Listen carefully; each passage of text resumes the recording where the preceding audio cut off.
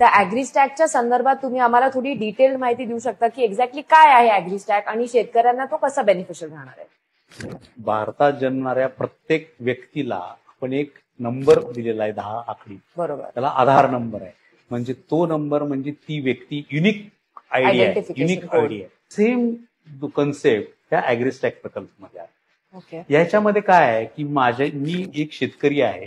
माझी शेती सिन्नर तालुक्यातल्या दापूरला 2 एकर आहे, दोडीला माझी 2 एकर आहे. अशी वेगवेगळ्या ठिकाणी माझी शेती आहे, पण मी शेतकरी एक आहे. तर मी हा शेतकरी म्हणून माझा एक युनिक आयडी असेल.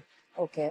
त्या युनिक आयडीला माझी जिथं जिथं शेती आहे त्या शेतीला पण मग एक आयडी देणार मी. Okay. Farmer ID, farm ID आणि मग त्याच्याही पुढे जाऊन मग असं आहे की हे जेव्हा मला तयार होईल त्यावेळेस मी शेतकऱ्यांना एक प्लॅटफॉर्म देणार. मला 7/12 घ्यायचा म्हटलं, ते ऑनलाईन उतारा काढायचं म्हटलं तर ते लवकर मिळत नाही.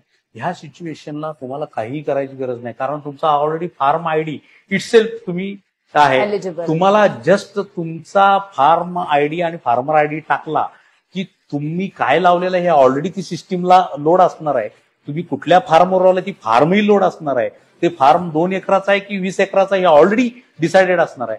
दुसरं, ह्याच्याशी मी आधार लिंक केल्यानंतर मला ते पैसे किती भरायचे आहेत ही सांगायची गरज नाही. मला फक्त आधार नंबर टाकला, माझ्या अकाउंटमधनं 100 रुपये माझा विम्याचा रक्कमही त्याच्यात जाणार आहे. मला तेही काही हे गरज नाही. तर मला बँकेत कर्ज प्रकरण करायचं आहे, उद्या बँकेवाले ही कागद नाही, तुझ्या ह्या फाईलमध्ये हे नाही असं म्हणायची गरज नाही. त्याला फक्त मी जाणार, माझा हा फार्म आयडी आहे आणि तो फार्म आयडी टाकून बघा तुमच्या सिस्टीमला.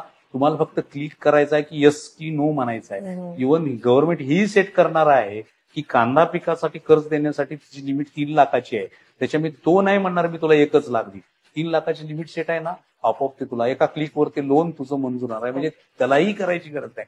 त्याला तो जमाना गेला की मी 7/12साठी कुठं तर सेतू केंद्रावर जा किंवा माझं पिकाची नोंद घेण्यासाठी तलाट्याच्या मागे जा. काय नथिंग टू डू विथ.